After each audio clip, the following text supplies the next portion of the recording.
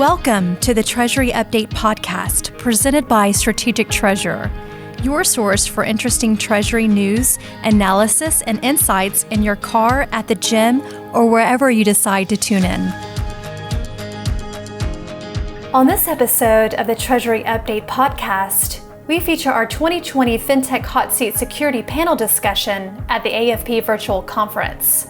Moderator Doug Hartsema, Managing Partner of the Hartsema Group, interviews Gerda, Risk and Fraud Prevention Officer of Bottomline, Scott Lambert, Treasury Managing Director of Cigna, Mohammed Al-Zraiqat, Senior Financial Crime and Fraud Manager of Bottomline, and Jeffery, Managing Partner of Strategic Treasurer.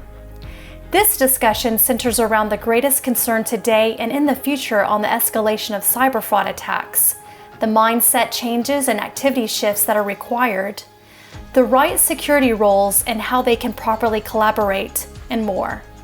Listen in to this crucial conversation to find out what steps Treasury must take to continually improve payment security.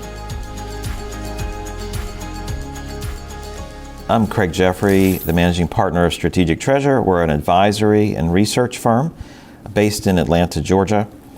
I'm delighted to have everyone here to talk about security, and I'll turn it over to let each of the panelists introduce themselves. Thanks, Craig. My name is Scott Lambert. I'm Managing Director of Treasury for Cigna. So Cigna is a global health service company, 180 million customer and patient relationships in 30 countries. We have about 70,000 employees. Our 2019 revenue was approximately $153 billion.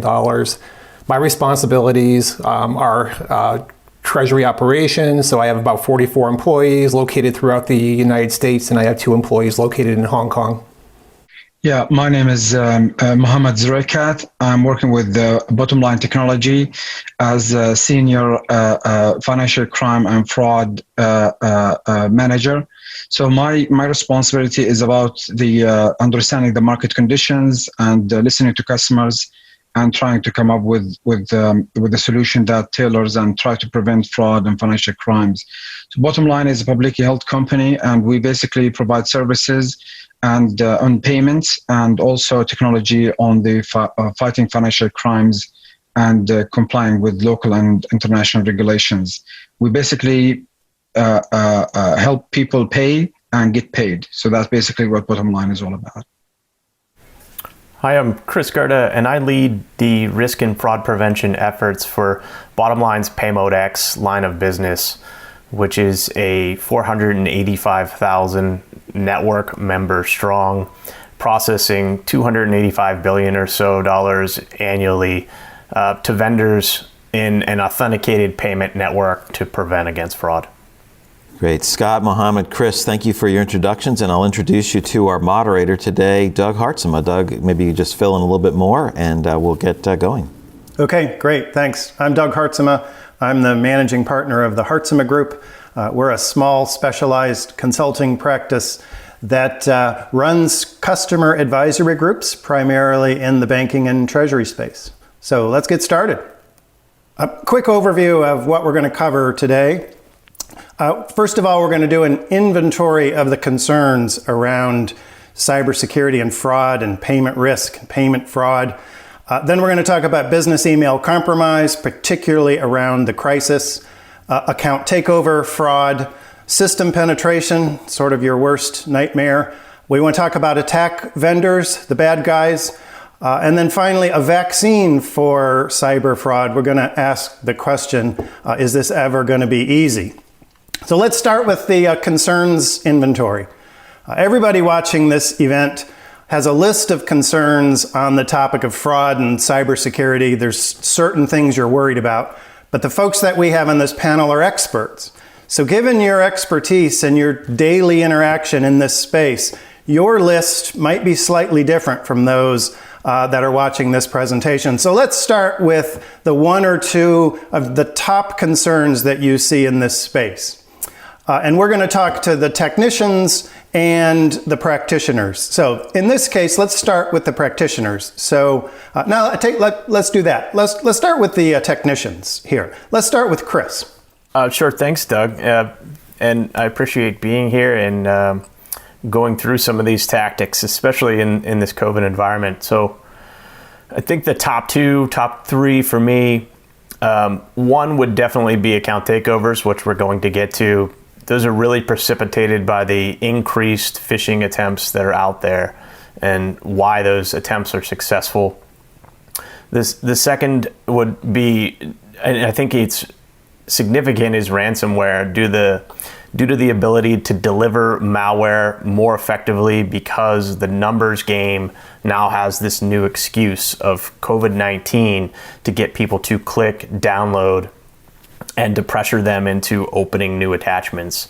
Those are probably two of the most damaging ones, and the ones that become harder when you're in a work from home environment and you can't do callbacks the same way you usually would. Craig, let's go to you next. The customer view on this. I look at, because we work with a lot of customers, a lot of companies, and I guess one of the things I would say related to our research is, because these threats are sophisticated, the criminals are both persistent and automated, the attack levels escalate. And Chris mentioned a couple great examples of why there's an increased level of concern. And so I'm taking a broader approach and saying, because the threat is escalating so dramatically, and people are spending more to provide a defense, my bigger concern is that the level of confidence people have with what they've done last year or 2 years ago is making too many people complacent. They think they have things lined up. So I think the concern is really around the element of making sure your defenses continue to increase to exceed the increase in the attack level. And I'll leave it at that. Chris laid out a couple really key attack types that are a concern too. Okay, again, changing gears. Mohammed from Bottomline. Yeah, so one of the really biggest challenge that we are seeing in the industry, and speaking to customers and even with the regulators as well, is the authorized push payments fraud. So this is really significantly over the last couple of years, and 2020 with everyone working from home is really not an exception.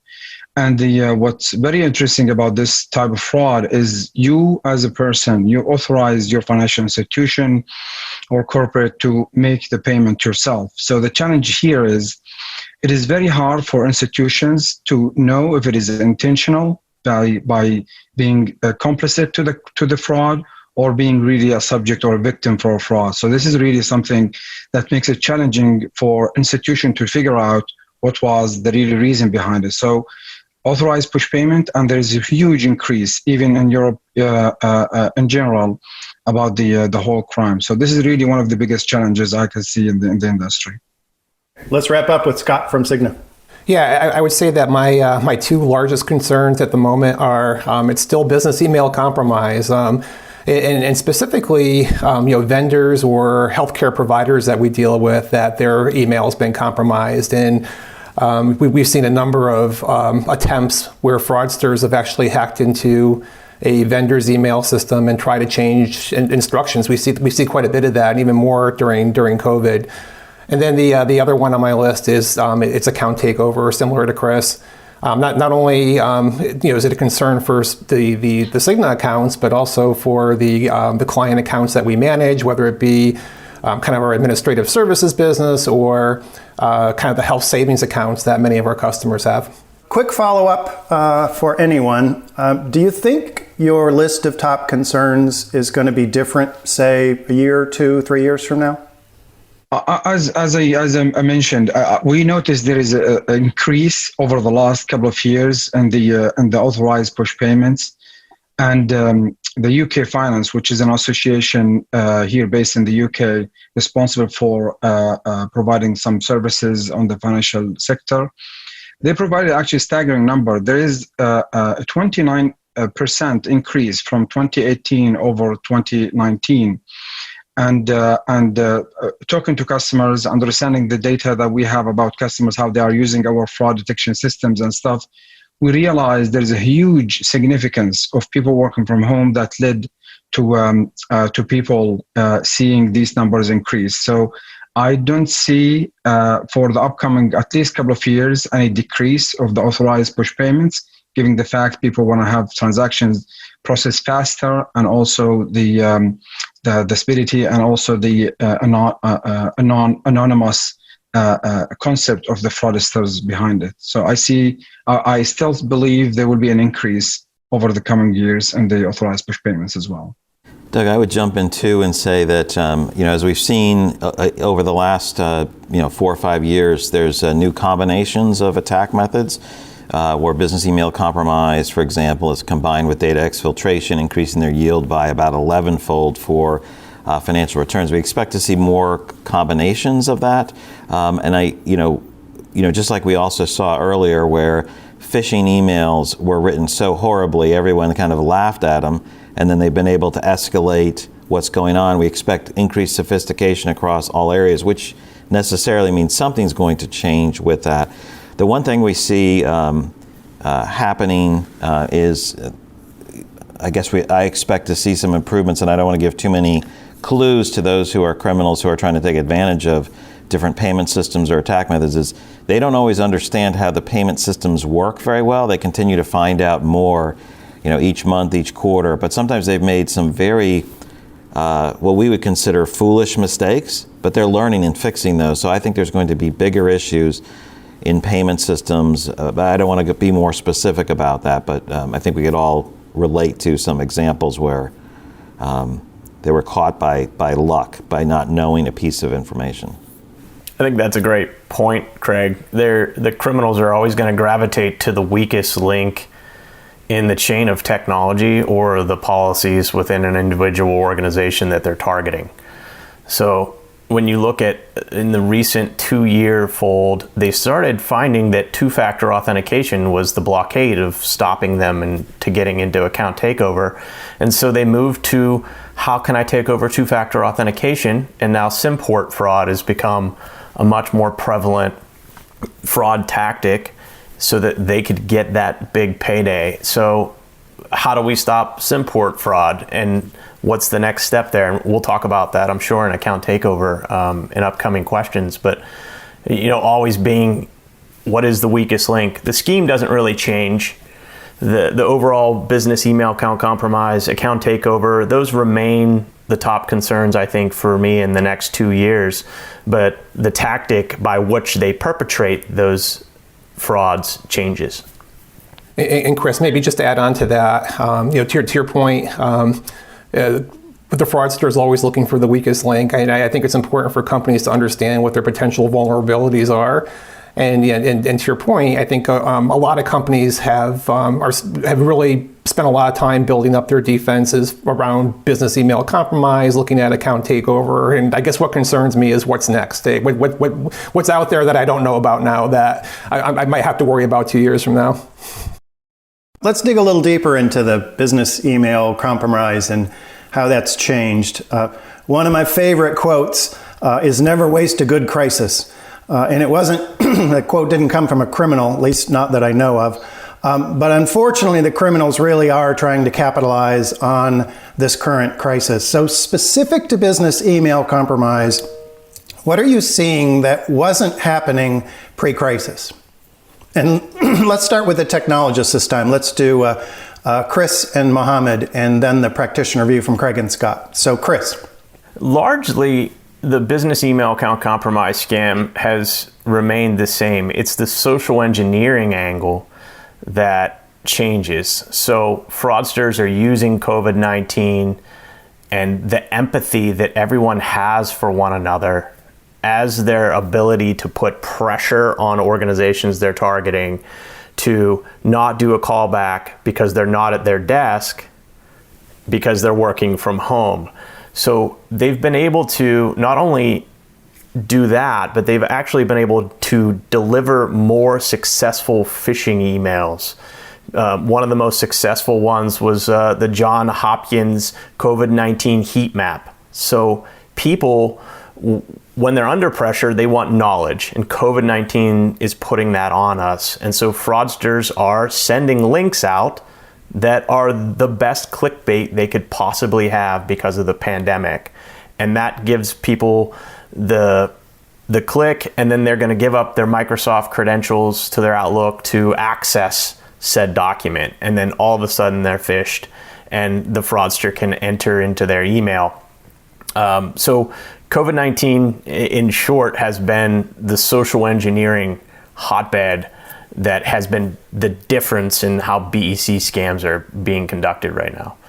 Here at Bottomline, for example, we have almost about 3,000 customers, primarily corporates, using our fraud detection systems that we provide. And we clearly notice from the data that we have and the statistics, there is a huge rise in the cases that's flagged as unusual for our customers, basically, to look into this and review these kind of type of activities.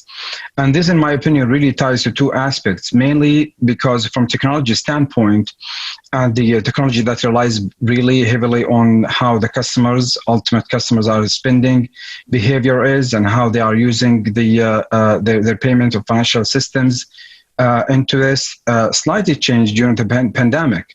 Usually you spend normally before that, then you suddenly start to spend and your spending behavior has changed.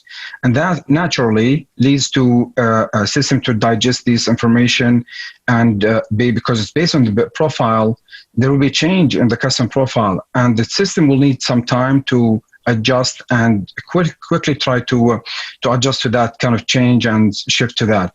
This comes off obviously with some sort of high level of false positive rates and as a result of that. And this is naturally because systems are relying on the behavior profiling of customers, and if there is any deviation of that, this will be flagged. The second aspect of it is basically customers start to use more of the remote payment channels such as cards or online payments, faster payments, and they rely on the information that they receive from their customers. And if this information has been compromised, like for example, if you take the CEO fraud type, and that's basically you pretend that you are the person who is behind the email, but it turned out not to be. And unfortunately, it opens the door so wide for a fraudster and to thrive, and also to use that as a vulnerability for some victims due to the lack of their awareness or maybe knowledge. And that really causes some losses for customers, victims, and also financial institutions as well. Let's transition to the customer piece. Maybe let's Scott and then Craig.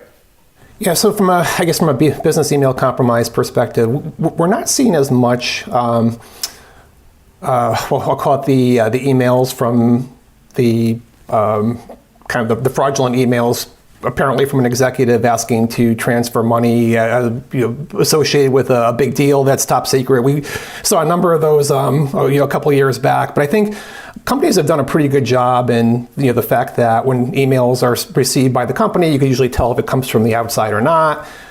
We've done enough training internally to tell all our employees that they won't receive emails from an executive asking them to transfer money. And we're pretty good about doing like mandatory training every year. And Treasury also, we take a lead and also help our business partners with fraud training. What we are seeing an increase though is on emails from vendors or healthcare providers asking to change banking instructions. And in the past, we were always trained to kind of look for anomalies within the email address that it's not quite from the vendor. It sort of looks like it comes from the vendor, but there might be some slight difference in the email address from where you're receiving the email that would tell you that it's not from them. But what we are seeing more of is that the vendors' email systems are being hacked, and it really is coming from the vendor's email system, and it is a legitimate email address, and that those are the ones that are a little scarier. But we have certainly implemented fraud control prevention practices within the company that we're not going to act on an email alone. We're going to call back somebody within the company, a known relationship contact. And the other thing that we've been doing too is we've been implementing account validation software too, where we could type in an account number and an account name, and we'll get feedback fairly immediately as to whether there's a match or not. So those are a few of the things that we're working on. Following on some of the discussion that, what's effective with the lie. I guess part of the lie of a business email compromise is if you seed in more truth that exists there. And so, some of the examples are, someone receives an email, it says our our main headquarter offices are closed. Everyone's working from home. We need to change payment instructions so they can be received and seen by the factory. Here's the information. So you're like, oh, the headquarters is closed, finance is closed, they're working from home. So there's a number of things that march you in that direction. And so, in addition to the clickbait, like Chris had mentioned, there's this more believable storyline that you're like nodding your head 3 times, and then the fourth one is where it's shifted. Let's go into account takeover fraud, the second most popular concern. Obviously, there's a risk in today's environment. On this topic, though, rather than what's happening out there, I want to shift the question away from what's happening to what can we do about it. So what can we actually do about account takeover fraud? And again, I want to start with the technologists. So how about Mohammed first, then Chris? Yeah, one of the greatest examples I always refer to is what the UK has come up with an initiative, which is the confirmation of payee. This is really a good example of how you can eliminate at least as much as possible of this. So, as I mentioned earlier about the significant increase in the authorized push payments, it's really reaching about in 2019 about equivalent to the $600 million last year of the fraud subject related money that has been basically subject for this type of fraud. This is significant. So UK financial regulators mandated the largest 6 banks in the UK to come up with a significant or a specific initiative to help minimize this type of fraud. And basically, it's really depends on the sharing of the information between these financial institutions. And that ties up to the share of liability with the end customers as well, make the customers also liable of this kind of fraud as well as the financial institution. So this is also, on the other hand, also increases the customer experience. If you give the customer the option to make sure that they know where the payment is going to, this is a significant increase in the satisfaction. So the confirmation of payee is basically is live now in the UK, and somewhat with the data sharing, as I mentioned, it's basically a name matching service. If you think about this, in which you set when you set up a new payee, you have to make sure this is the account number, this is a sort code which you use here specifically, and also it matches the name on the account within the institution. This is significant because it makes sure that the payment is going to the ultimate person, that this person is behind it, and whatever this account takeover or even authorized payment, you make sure the payment is going to the right people. One good example is Lloyds Bank basically shared statistics. After they participating in the confirmation of payee protocol here, they had shared they got 51% reduction in the authorized push payments fraud that they currently have. This is a huge, significant amount of saving for the financial institution, and also remove a lot of burden from the ultimate end customers. Chris, anything to add to that? Yeah, absolutely. So confirmation of payee, we have similar type of services in the United States that financial institutions utilize. It's not stemming from the regulatory body where it does in the United Kingdom. But I see that as falling kind of in the middle of a defense strategy to prevent this. The first thing to prevent account takeover is to enable two-factor authentication on everything you have. Email, your computers at home, your bank accounts, and if you have the ability to use an authenticator app, use that over a text message because it's more secure. And also, I talked about SIM port fraud earlier. Make sure that your cell phone account has a PIN number that a fraudster would need to have in order to move your SIM card, which is essentially your cell phone number, to another phone, so that you have another blockade for them. And that kind of controls the moat around the castle. And that comes before you even have to worry about authenticating an account. Those are extremely important. And do it both on your personal and your business life. Because as we've seen, they've just collided. And we have to make sure that everything we have is secure to make our company secure. And then I also see after that that payee confirmation, bank validation type of process, we see a lot of people moving larger corporates to in-house payment monitoring, not relying on the banks as much to detect a fraudulent payment, but actually taking control themselves because they know their business better than anyone else. So what keeps strategic leaders up at night is payments to new payees that didn't actually maybe follow the validation process as well as they needed it to be done. And they can put flags and interdict payments before they even go to the bank for processing, so they can have a level of oversight. In today's environment, you have to assume you're going to be breached, and figuring out how to block those things proactively rather than reactively is really the method you want to take.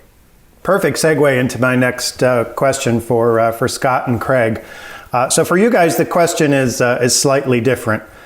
Fraud detection prevention requires a partnership with the banks, your technology providers, their technology providers, and their customers. So from your perspective, what's the current state of that fraud partnership and what could be done to improve it?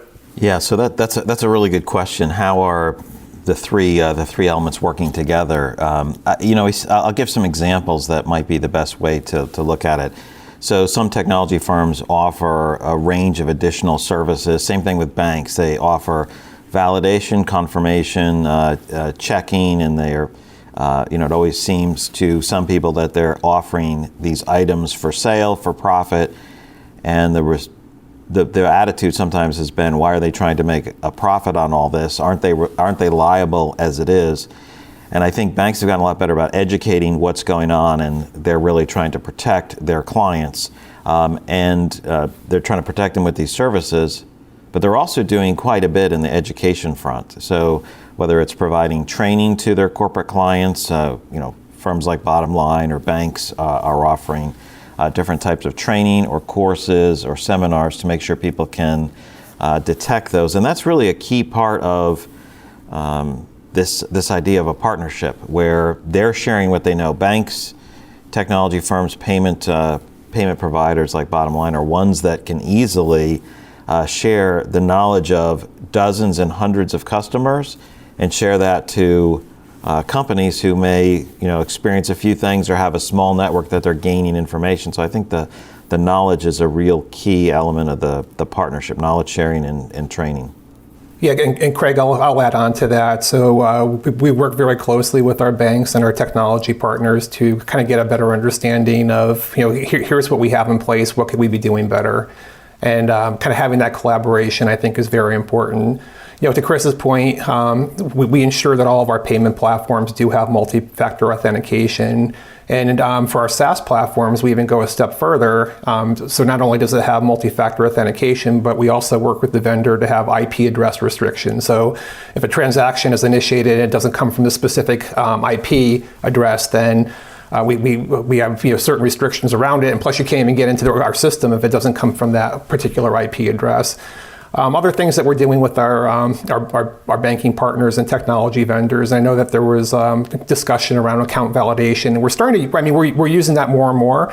I will say it's not a perfect solution, so it's only as good as the information that the banks contribute into that very large database, and we're still finding that a number of our global banks, I think, are fairly represented within the database, but a lot of the smaller banks and credit unions are potentially contributing information into that account validation database. So it's only as good as the information that's there, but it is getting better. The other thing some of our banks are doing now is they've put artificial intelligence around their payments databases. So we noticed that a few of our large disbursement banks are contacting us now saying, hey, we've noticed that this is the first time you made a payment to this payee. Is it valid or not? And initially it was kind of driving me crazy doing all these acknowledgments, but I've grown to really appreciate it. Yeah, I cannot, if I may add also, I cannot really agree more on the training and raising awareness to to the customers and the ultimate users actually of the system. So bottom line, we set up some what we call it advisory board, in which we actually sit with each customers across the regions, and we designated different teams across different regions because they know exactly what the market conditions are, what kind of type frauds that increasing in a specific region. And this advisory board role basically is sitting with the customers, try to help them, try to fine tune the system that works the best for them, and try to make sure that they get the value out of the systems, increasing the awareness as well, and making sure that everyone is aware of what the current challenge is. So this is really something that ties into the partnership between the two parties. Let's transition to system penetration. Has to be the nightmare scenario for all of us. But of course we know that system penetration only happens in another country with someone else's customers or another company, right? Can't happen to us. Today's audience are primarily bankers and corporate practitioners, probably about half and half. So what advice do you have to bankers and or corporate practitioners about how to address and or prevent this nightmare scenario of a full-on system penetration? Again, let's start with the technologists. Let's go Chris first. If I think system penetration, I'm gonna take the example of ransomware. It's the one we hear the most often. It shuts down and lately has been just snarling hospitals to a halt. Or if you're central corporate to business and you need to maintain your operations, the first thing I'd recommend is get cozy with your IT department as a business leader. Understand how your data is encrypted.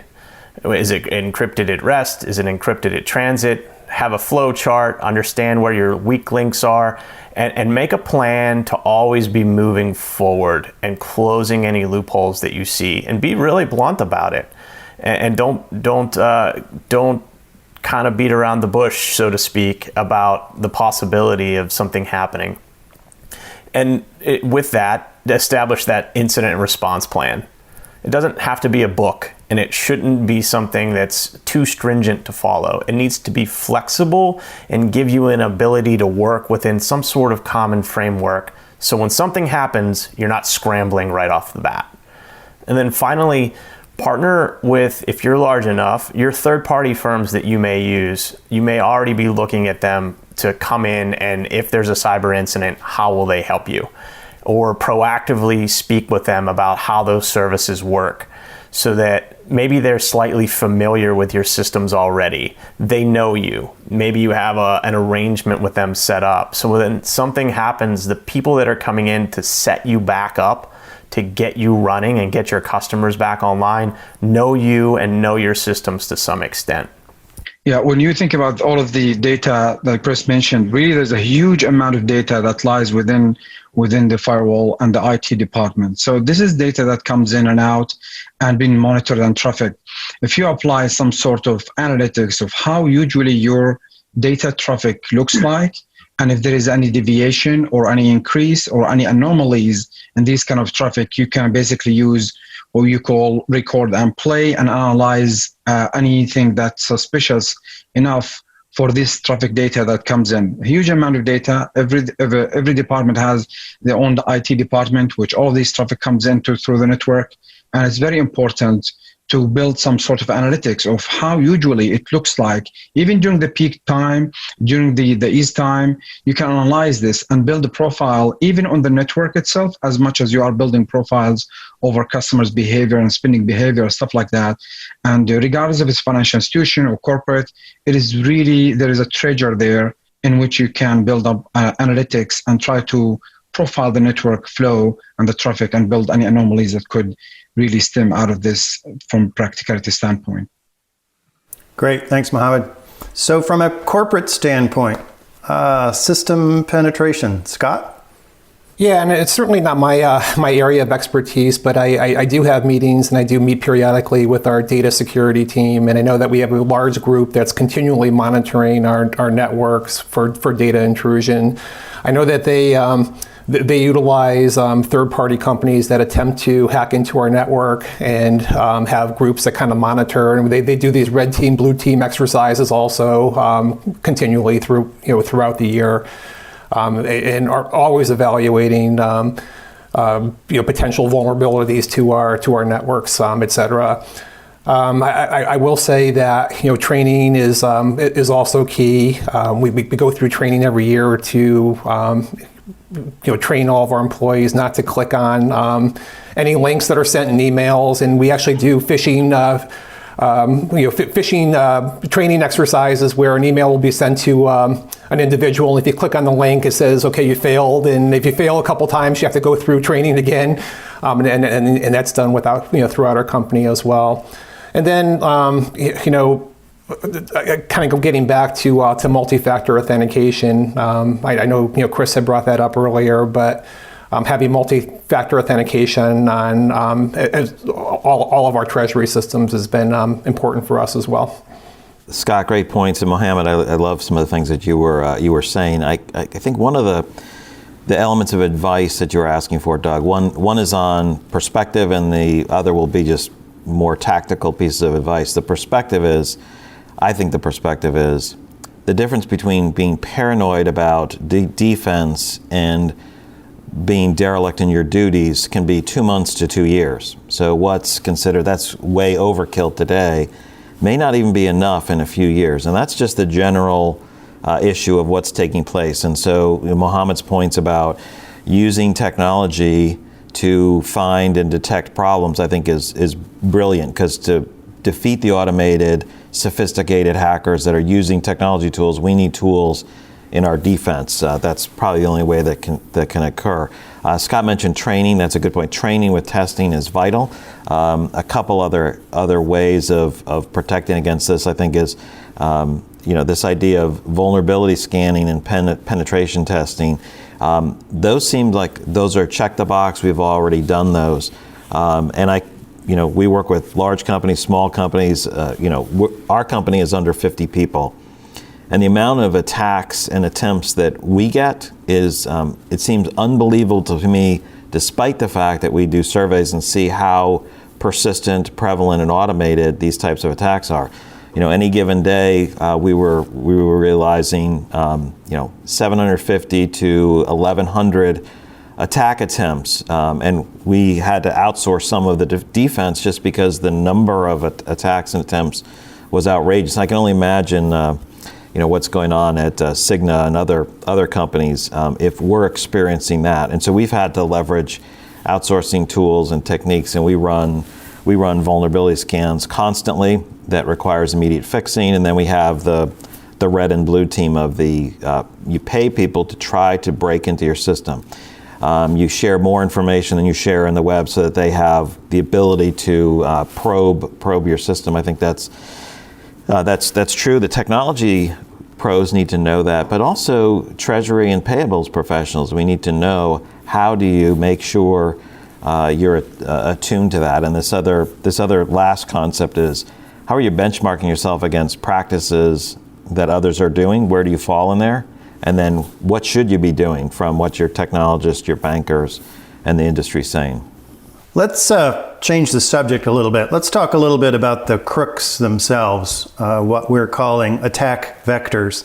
Another of my favorite quotes: if you want to understand a frog, don't study the frog, study the pond. So how much do we know about these criminals, and what's really their motivation, and what does their playbook look like? In short, what does their pond look like? So let's again start with the technologists. Mohammed this time. What do we know about these crooks?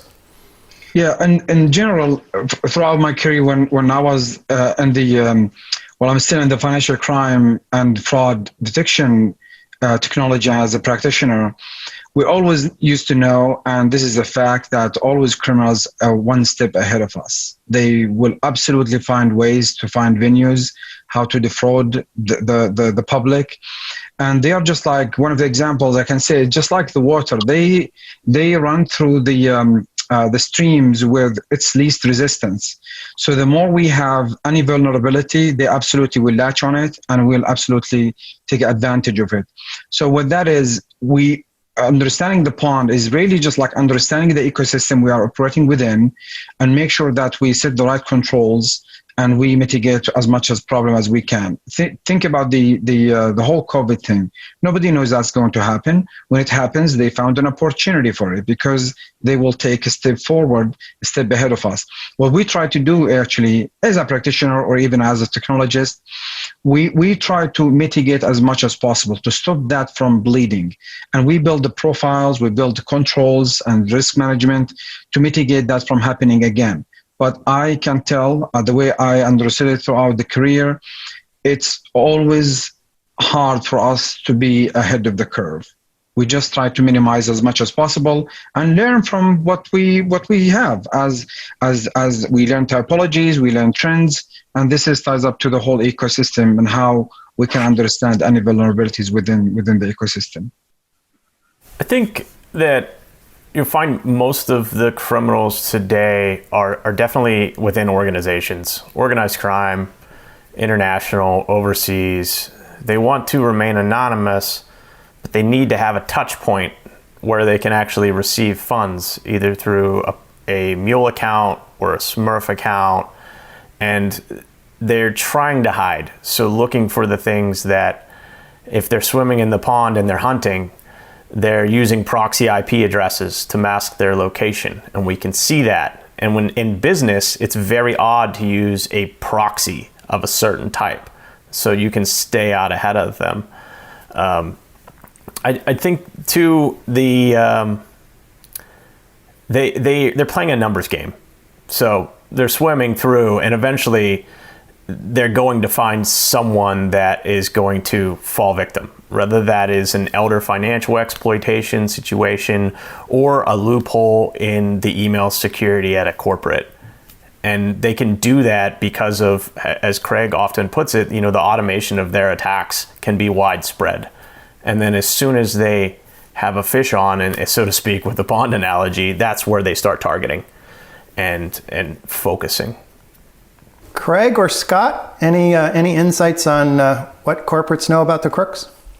I guess I'll just add on to what the Bottomline team had said, is that I quite honestly, I really didn't know much about the profile of crooks until I started having conversations with our data security team.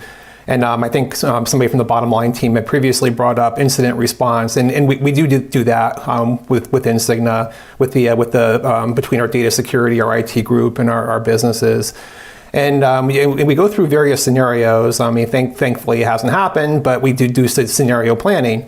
And one of the scenarios was around ransomware. So if we get hit with a ransomware attack, what do we do? Do we pay the ransom? And being a finance guy, my first question is, well, if you pay it, how do you know you're going to get your data back? And our data security guy said, well, these crooks have a reputation to uphold, right? So if they don't give you your data back and they implement ransomware somewhere else, that people are going to be less apt to pay it. So they almost have a brand, which is a little scary. And that's when it really hit home for me that this really is a business, and it's not some high school kid sitting in his parents' basement trying to hack into a corporation. Yeah, I like that. There's no honor among thieves, right? They have a brand to protect, and yet some of those ransomware payoffs, they end up not being able to unencrypt them. It's not a huge percentage, but sometimes that's happening. But I think some of the other elements of the attack vectors that come in and perspectives on the pond, if you will, is that they're playing the long game. Their payoffs are huge, and so they're much more patient than the check fraud criminals of the past, right? It was much easier to do it, and you get $1,500, $1,800, and you move on to the next one. All you have to do is buy checks and do that. Well, the payoffs are 10, 100, 1,000-fold, multiple orders of magnitude higher. they can stay and wait, and nation-state actors are doing these things as well. So this long game is important. They can invest more, so their tech is more sophisticated. They're also leveraging what's going on in the business, not only leveraging tech, but they're leveraging multi-level marketing, if you will. They, ransomware as a service is an example where they put tools out, and then someone else who's an expert at writing good emails or crafting things for clickbait can then leverage those tools to attack what's going on. So they're trying to steal data, convince you to send money, get you to send money, or lock up your data. And then they're also trying to increase the sense of urgency if they've compromised any element. And I think the last piece that may not make as much sense to finance people who, if they're not into the tech of fraud, is this idea of they're trying to penetrate and remove any layer that you have. And once they penetrate a layer, compromise a layer, they will use that to either move laterally or to find the next layers. They'll just keep working and remove. You have 4 layers? Okay, I've got your multi-factor compromise. Now you haven't made a change at the bank system, so I'm going to start up a conversation with the next layer of your security. So they're sophisticated, they're persistent, and they'll learn piece by piece to wear you down. Not unlike the Borg, if you're a sci-fi fan. They're just going to continue to, compromise the next system. So, we have to have a defense that matches and cycles accordingly. Yeah, just the last thought about this is they also leverage the same technology that we also use to prevent the same crime that they commit. So it's very interesting to see that we both from the both spectrums, we're fighting over the same thing to prevent what they're doing. And they also gather the same way we do here, try to prevent. They gather using the dark web or somewhere. They chat, they figure out what ways how to basically penetrate the systems and stuff. Okay, the final topic I'm going to call coasting. So surely somewhere there's a vaccine out there for all of this, and so surely one day this entire issue is just going to be something that the IT department takes care of, right? So, but seriously, will there ever be a time when we can just kind of coast on this topic? I don't think that will ever be the case. I think there's too much money out there to be made, unfortunately. And, I think what you have for defense today, what's considered state of the art today, might not even meet minimal viable requirements, even a couple of years from now. So I think it's important that you understand what your potential vulnerabilities are. I think Chris brought up earlier that the fraudsters are always looking for the weakest link. So understand what your vulnerabilities are and have a plan to address them. Continually work with your technologists and your banks to understand what the latest fraud out there is and what training is available that you should be providing to your staff, and then you kind of work with your internal IT team to ensure that you're addressing any potential concerns. Okay, all right, Craig, are we ever going to coast on this? I think the answer is a big no, but and I would phrase it this way too. I was thinking about this because you gave us a little bit of heads up on what you would ask about, and I think of it's like the question about will we have peace? And there was I don't know if it was a Twilight Zone where someone found a genie bottle, rubbed it, and his first wish was world peace, and everybody was gone, and he was the only person there. And so obviously I had to use a second wish to bring people back. But the point there is, as long as we have people and money, we're going to have a problem, and it's not going to go away. As long as those two things exist. I totally agree with the concept. I cannot see this is going to cost, at least for the time being, or at least for the foreseeable future, as I can see. I don't know what's in 5-10 years, what could happen. But at the time, I don't see that is going to go away. But we think of it like, I encourage the IT department team, as well as like risk managers or treasurer or account payables, or all the fraud prevention and cyber attack specialists, just try not to tune your risk appetite or minimize your risk controls to compromise the higher volume of workload that you might get because of what will cause this to happen. For example, if you increase your system threshold, it might expose you to become a victim. So this is really something quite important for everyone to understand. And leveraging the technology, in my opinion, the technology is here to help. And think about also the automation of the process. If you have a lot of repetitive work that you have to do in order to help preventing those kind of attacks, use those technologies. Think about the robotic process automation is there to help. Ask your provider, ask your partner or vendor of what is it that you can do. Maybe both together you can leverage some areas in which you can enhance more on your controls instead of just minimizing it for the sake of minimizing the fraud or the cyber attacks. Okay, Chris, please tell me that these guys are wrong and this isn't going to be a problem. Well, I think, we have to maintain security. To maintain security, you have to maintain your strength. And to do that, you need discipline, and every day you have to put calluses on your hands. You can get into a good culture that is not afraid of doing that every day. And that's the only way you can feel like you're coasting. But you're coasting ahead of the fraud. You're never going to coast behind the fraud because you're either ahead or behind it.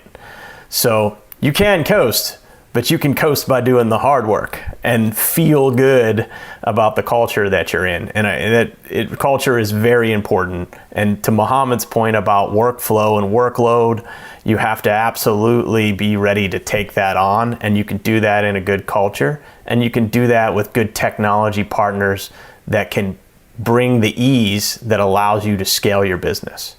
So I think that puts it all together. If you're gonna coast ahead with hard work. That'll help you sleep at night, but there's no actual coasting going on here. I love it. That's a perfect close. So let me thank the participants. Thoroughly enjoyed the discussion today. I will turn it over to Craig to close us out. Thanks, Doug. Great job moderating. This is our first remote FinTech hot seat due to COVID. You did a fantastic job. Really appreciated the dialogue and just the learning that went on. Mohammed and Chris and Scott, thank you so much for participating. Just, fraud and protecting against fraud is such a core responsibility. We're very thankful for each of you for sharing this information. And for those watching, thanks for joining us. You've reached the end of another episode of the Treasury Update podcast. Be sure to follow Strategic Treasurer on LinkedIn. Just search for Strategic Treasurer. This podcast is provided for informational purposes only, and statements made by Strategic Treasurer LLC on this podcast are not intended as legal, business, consulting, or tax advice. For more information, visit and bookmark strategictreasurer.com.